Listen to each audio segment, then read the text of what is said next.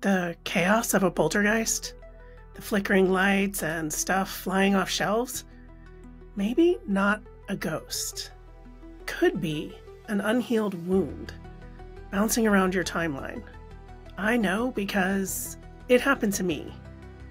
I thought I was being stalked by interdimensional beings hitchhiking from a podcast series I listened to that kind of turned my reality upside down. Turns out, poltergeists are a proven capability, a function of human consciousness that government scientists were studying decades ago. We are the source of the glitches in our own matrix. Today, we're opening the declassified physics and looking into the ancient history to investigate a power you already possess and unhaunt your house.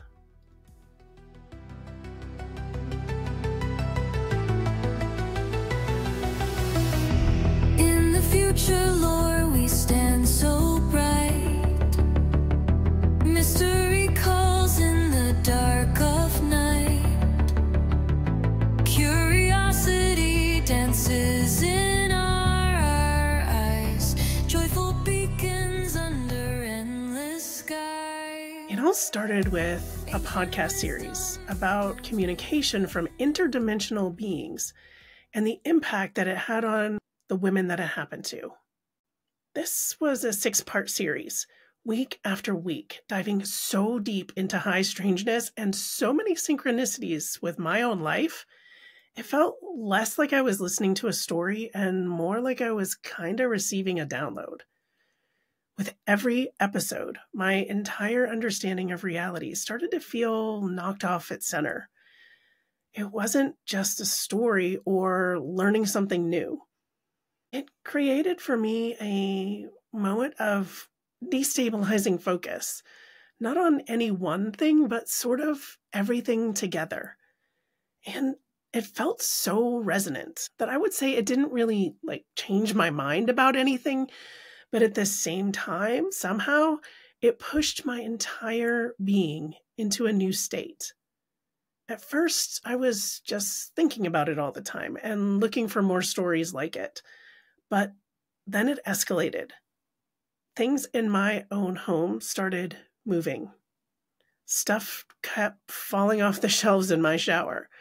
That had never happened before, but I just figured it was wet and slippery and put it back. It fell again. Wow, must be soapy too. Put it back again. You kind of probably know what happened.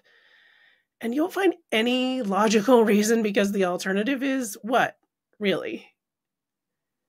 And it kept happening and happening and happening. And it was so weird. And I was honestly getting more and more freaked out until finally stuff started to hit me, physically flying off the shelves and striking me while I was in the shower. And that will start to make you question your own sanity, feeling unstable and untethered from the consensus reality that everyone else seems to be enjoying. It's a lonely feeling. Kind of desperate for answers, I went to the Reddit board for this podcast, and yeah, I found out I wasn't alone at all. There were plenty of posts with listeners reporting all kinds of weird stuff happening after listening to the exact same series. One user described how their porch light with a simple on-off switch was inexplicably flashing. And not flickering like a bad LED, but strobing, on, off, fast, fast, fast, like a signal. There was no dimmer switch, no faulty wiring that they could find. And then someone listening to the final episode tucked into bed for the night. Their sconce light on the wall, one of those you physically have to turn the dial on until it clicks, just goes out. The dial hasn't moved, so they check the plug, and it's out. And that's a little weird. So they plug it back in, turn the dial. Click. The light comes back on. A few minutes later, it happens again. Poof, darkness. This time, the plug is still secure and the dial is still in the on position. They turned it back on and said out loud, "This light stays on." And a few seconds later, a motion light outside their bedroom turned on by itself. This is just the kind of weird stuff that was going on around this podcast.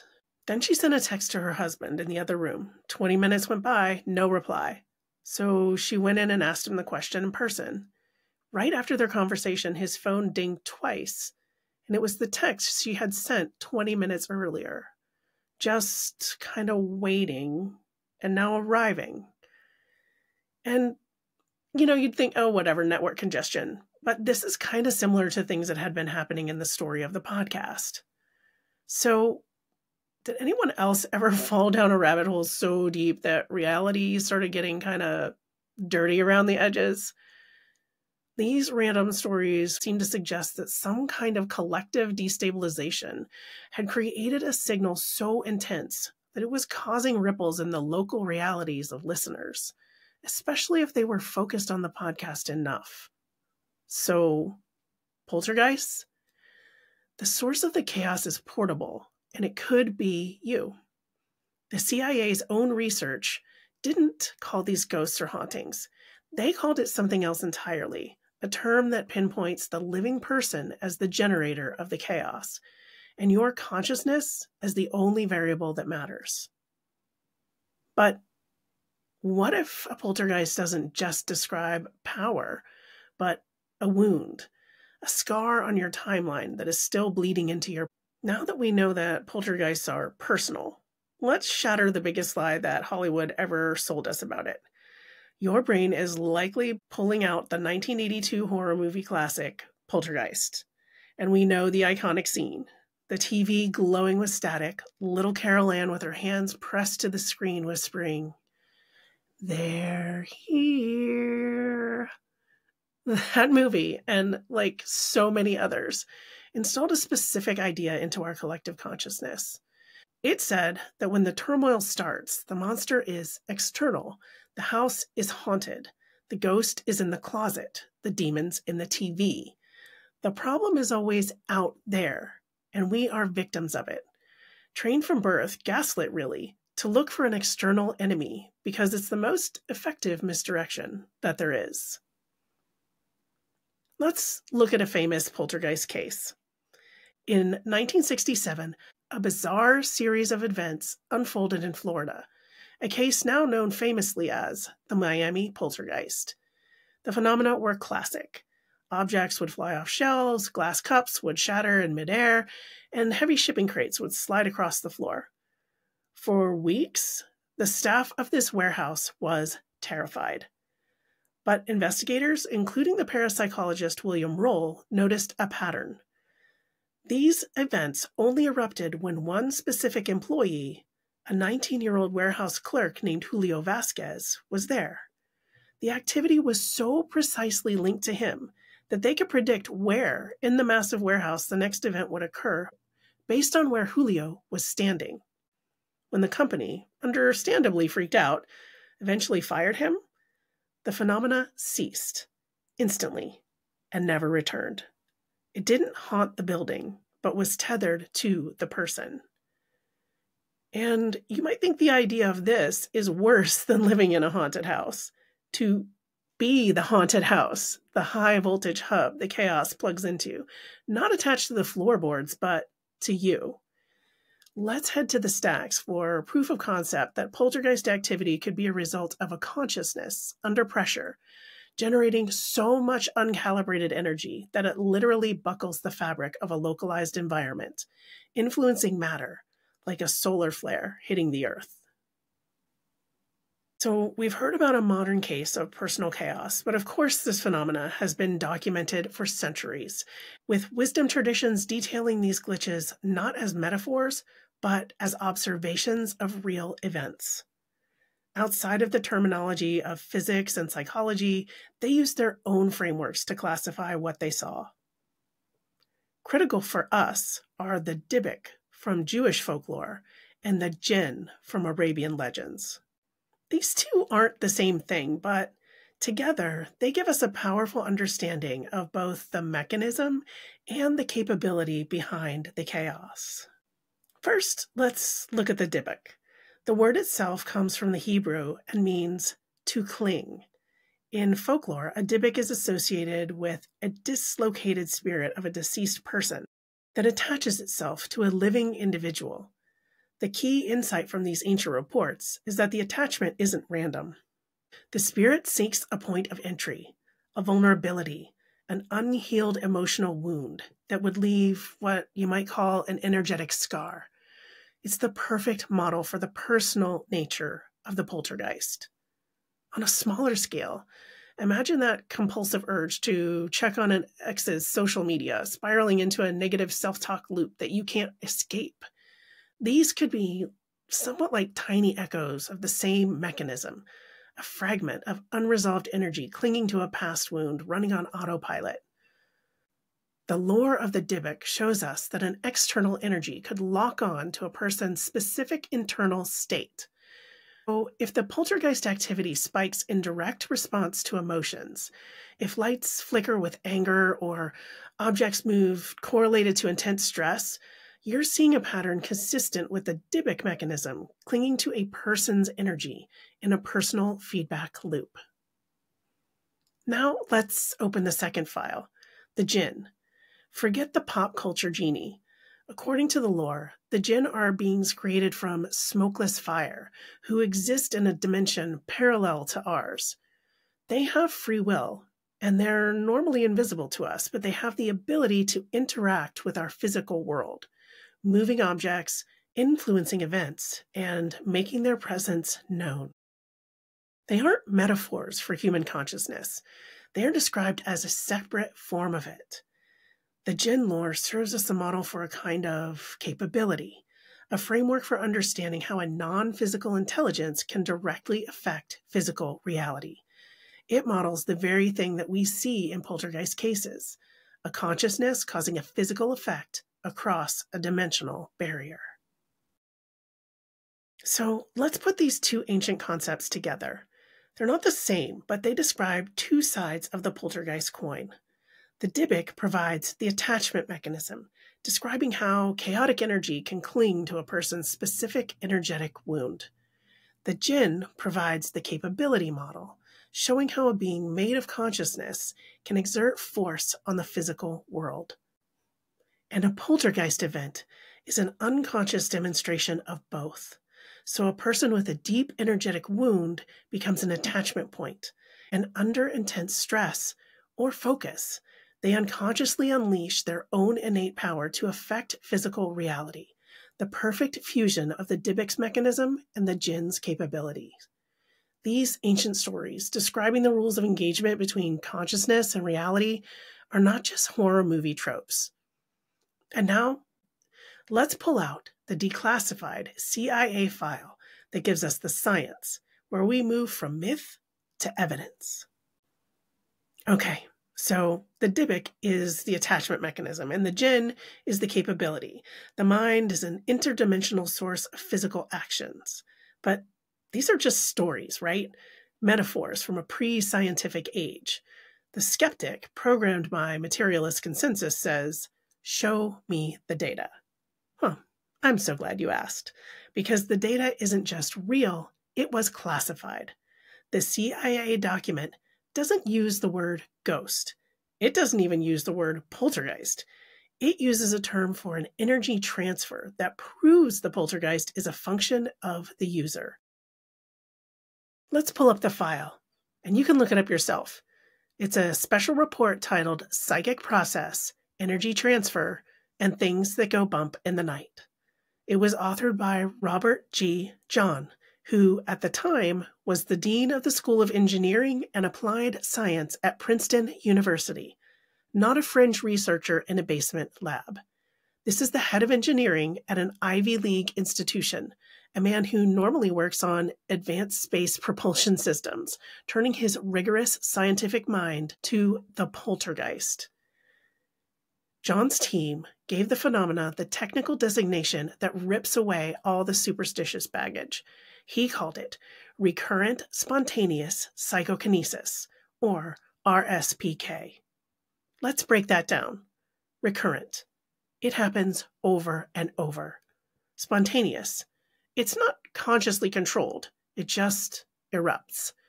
And the big one, psychokinesis, mind-moving matter. John's core finding, detailed in the report, was that the focused intention of a human mind and destabilizing focus that we talked about could demonstrably affect a random number generator. This is a machine designed to be perfectly random, but they found that a person intensely focusing on it could make it spit out non-random patterns, a quantitative energy transfer from consciousness to machine. So the person isn't possessed. They are the power source. Your own internal state, your own focused energy, is a high-intensity signal that can physically warp the environment around you. The poltergeist could be you. To see this in action, we have to look at one of the most famous and well-documented cases of RSPK in history, a case that John himself references, the Rosenheim Poltergeist of 1967. A modern lawyer's office in Rosenheim, Germany, went haywire. Fluorescent light tubes would swing violently and burn out. Fuses would blow for no reason. Photocopying machines would go down. But the weirdest part involved the telephones. All 4 phones would ring simultaneously, but when someone answered, there would only be silence. Even stranger, the office phone bill showed that the company's own number was being dialed hundreds of times, sometimes at a rate of about 6 times a minute, at moments when no one was even near the phones. They set up monitoring equipment and found massive, inexplicable voltage spikes on the line, but could find no external cause. Then they noticed the pattern. The phenomena only occurred when one specific employee was present, a secretary named Anne-Marie Schaberl. Like Julio Vasquez in Miami, she was the focal point. She was reportedly deeply unhappy with her job and under immense personal stress. When physicists Hans Bender and John Michaud investigated, they filmed the office with a hidden camera. They captured footage of a light fixture directly above Anne-Marie's desk beginning to swing violently the moment she walked under it. When she eventually left the job, the phenomena stopped completely and never returned. The glitches in the Reddit thread, the flashing lights, and the electronic interference, they weren't a weird coincidence. They're an echo of the same scientifically documented phenomena. Anne-Marie's intense repressed stress was a beacon, and the office was a stage. An RSPK agent is the real-world equivalent of America Chavez from Doctor Strange and the Multiverse of Madness. Remember her? Her ability to punch star-shaped portals into other universes wasn't something she could control at first.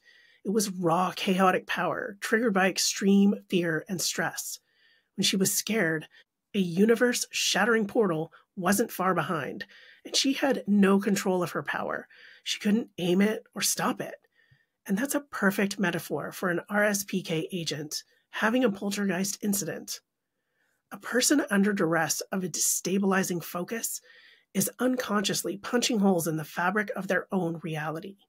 The flying objects, the flickering lights, the weird text messages, like little star-shaped portals, glitches in the matrix caused by a surge of uncontrolled, emotionally charged, interdimensional power, beyond feeling stressed, to generating a source that can bend the rules of standard materialist physics. But how does a feeling in your head, repressed stress, focus, actually move a physical object? The answer is hidden in the physics of dark matter. So we've established that the chaos is coming from a person. Maybe me, maybe you, maybe some rando on Reddit. But how? How can an emotion in your head or heart physically move a shampoo bottle? This is where our investigation gets truly wild, because the answer is hidden in the very physics cited in the bibliography of John's declassified Princeton report, in theories of the frankly bizarre fundamental nature of space-time. We start with the work of former Stanford professor William Tiller and his lattice model of space. Tiller proposes that what we call empty space isn't empty at all, but a structured, energetic grid with two interpenetrating realities. Our familiar D space, or domain space, where physical objects exist, and a reciprocal R space, or radiant space, that is non-physical and exists in the vacuum between particles. So Tiller's work suggests that this R space, this unseen, non-physical substance, is a theoretical framework or home for dark matter, or maybe something we call plasma or the ether, the fifth element. Remember, 95% of the universe is made of unseen, undetectable mass and energy. This model suggests that a poltergeist isn't a ghost. It's an interaction with the field itself through a consciousness that can directly access and condition the field of its local environment. In this theory, think of reality as a massive, invisible cosmic trampoline. Your consciousness is a bowling ball sitting on that trampoline. And when you generate a powerful emotional signal, that RSPK flare we talked about, it's like picking up that heavy ball, giving it a good high toss, and then letting it drop into the fabric, creating a deep indentation and a vibration that warps the grid and sends ripples out in every direction.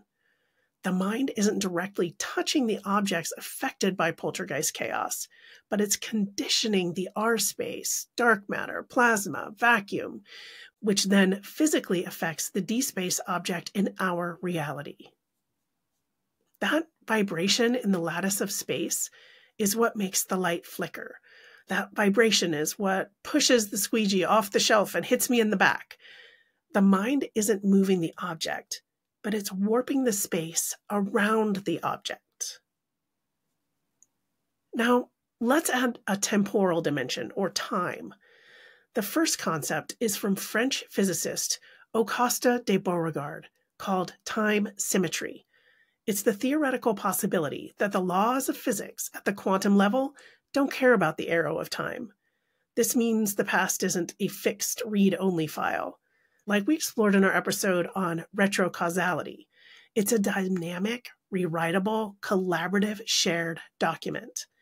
That 20-minute delay on the text message wasn't just a network lag. It was a ripple in the timeline that is far more fluid than we've been taught. So let's put it all together. The intense energy from your destabilizing focus, amplified by that old temporal scar, is generating a signal.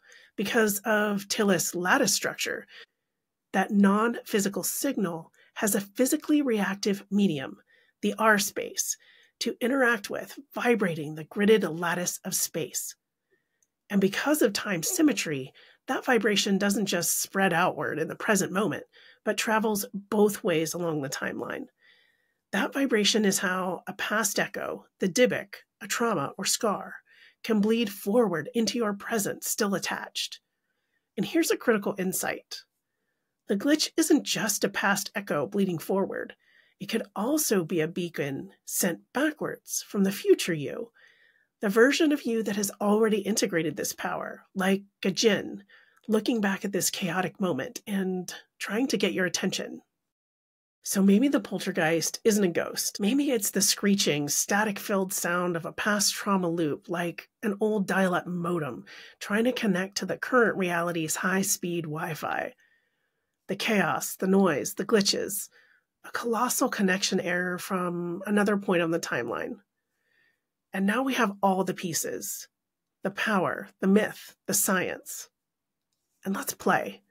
Because if the poltergeist is really a signal from your future self, what is it trying to tell you right now? So the evidence we've gone over, but for me, the why is the fun part. What if the chaos, the RSPK, the glitches, what if it's all an over-the-top, out in the world, temporal tug of war for a person's attention? A battle between two different versions of their own selves, with their external reality as the rope. On one side, you've got the past self. This is the source of that loud, chaotic, dial-up modem signal we were talking about. The part of someone running on autopilot, a program that created a scar, an opening, a moment of past trauma. or just maybe some destabilizing focus, even if it's just a crazy curiosity you can't get out of your head, running because no one ever told it to stop. Maybe it thinks it's protecting you by keeping you in a familiar, painful loop of overthinking, rumination, or dissociation. And when it sends a signal, it's a blast of raw, undirected energy flicking the lights. And this energy, it's loud, messy, desperate. It's a ghost in the machine, maybe a fragment of your past identity, fighting to stay relevant. On the other side, you have your future self. And this is where it gets really cool. The signal from this version is completely different. A high bandwidth fiber optic ping. What if this is the source of meaningful synchronicities, whispers of intuition, sudden downloads, and creative inspiration? The future self is the version of us that has already integrated more of our own power, the one who won this tug of war. And it's looking back, compassionately trying to help its past version heal that old, noisy call. It's sending out breadcrumbs, nudges, and little validations, hoping they'll be noticed through the static. The future self isn't fighting with brute force, but it's competing with clarity to notice the madness, but stay calm. So it's a messy, cosmic tug of war. Think about Anne-Marie in that Rosenheim law office. She's miserable, stressed, a perfect storm for that past self signal to go wild, making phones dial themselves and lights swing. But maybe every once in a while, she had a moment of sudden clarity that all this chaos threw into sharp relief, letting her see something beyond the drama happening around her. And she quit the job. Maybe that's what she needed. A little hug from the future. The past self throwing a tantrum like a jealous ex because it feels its connection weakening, making a last-ditch chaotic attempt to keep that person tethered to an old script, the ultimate cosmic FOMO. Maybe the poltergeist isn't a haunting. Maybe the poltergeist is the internal battle, made big enough and loud enough for us to really see. Now, let's pivot. What about the collective? What about all those people in the Reddit thread, including me, who all shared this one intense point of focus and then started reporting the same weird kind of glitches? Flickering lights, haywire electronics, texts arriving out of sync, things flying off of shelves. These are not isolated incidents. They're part of a collective pattern. And here's where we introduce a new term, an entity called an egregore. An egregore is a non-physical composite thought form that's born from the collective, an intense focus of a group that becomes a psychic anchor. It is, for all intents and purposes, a collective poltergeist, gaining a life of its own, fed by the shared belief and emotion of its creators. And the fuel for the particular Reddit egregore? It was a potent, perfectly balanced cocktail of some raw anxiety from the destabilizing nature of the story, mixed with pure curiosity, spread over weeks of intense anticipation. This egregore gained a kind of autonomy, but really it's just a mirror of its creators. Highly focused, deeply curious, and a little chaotic. It doesn't have the power to throw you across the room. It could only manage what it was born from, and that resulted in pretty minor interference. So again, the egregore, not a ghost, but a collective energetic bump. All of us, we accidentally built an amplifier providing just enough extra juice, just enough of a power surge for an individual's internal psychokinetic conflict, their RSPK, to finally leak out and manifest externally. The collective focus of the group temporarily breached the barrier between our internal worlds and the external one. So let's trace the path. We went from ancient myths of clinging spirits and smokeless fire, the Dybbuk and the Djinn, to the declassified CIA science that found a person, not a ghost, is in charge of a poltergeist. We dove through the physics of dark matter and time symmetry, which gave us a mechanism. We landed on the idea of our own temporal tug-of-war and finally saw how a collective egregore could act as the amplifier for our own personal chaos. So yeah, maybe a poltergeist is not a ghost from the past, but a friend from the future. Maybe multiple versions of a consciousness in different dimensions that are all real right now, fighting for attention. Look, we don't really have answers to this mystery, but lots and lots of questions. And the why of a poltergeist is totally open for debate. But if it is our past and future selves duking it out for our attention so hard that our minds are moving matter, just imagine what we are capable of. Let's make sure that our egregores are the chaotic good kind of weird. So, drop your story in the comments. I dare you to tell us about a time that you experienced a bizarre external event that seemed perfectly impossibly tied to your internal state, even if it was just a laptop crashing right on the verge of a breakthrough or Siri answering a question you only thought in your head. We're not looking for proof, but collecting data points on the glitches together. Thank you so much for tuning in, my loves.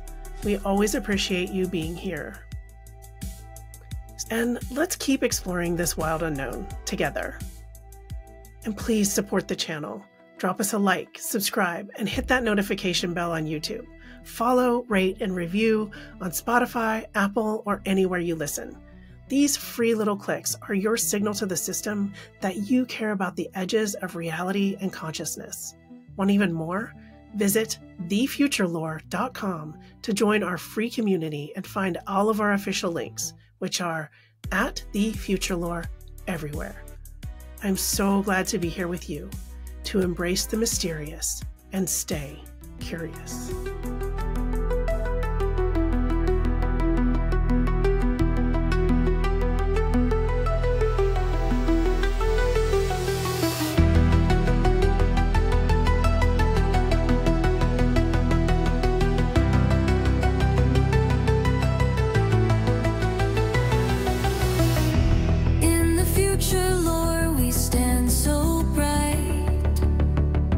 Mystery calls in the dark of night.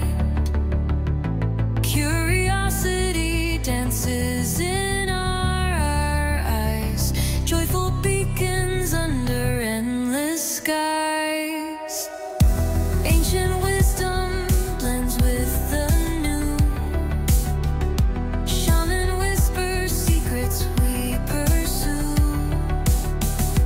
Cosmic echoes flicker in our hearts. Fractals entangled into quantum stars. We are the seekers of worlds untold. With every step, our hearts unfold. Mystery guides us beyond the door. Now open to the future lore. While seeking wisdom, ever break the chain. Chasing stories through the astral plane. Ancient rhythms in digital frames. The spark of love grows into flames.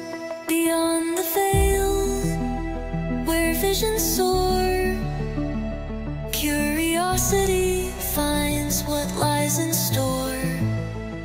Mystery waves through space and time. Joyful hearts in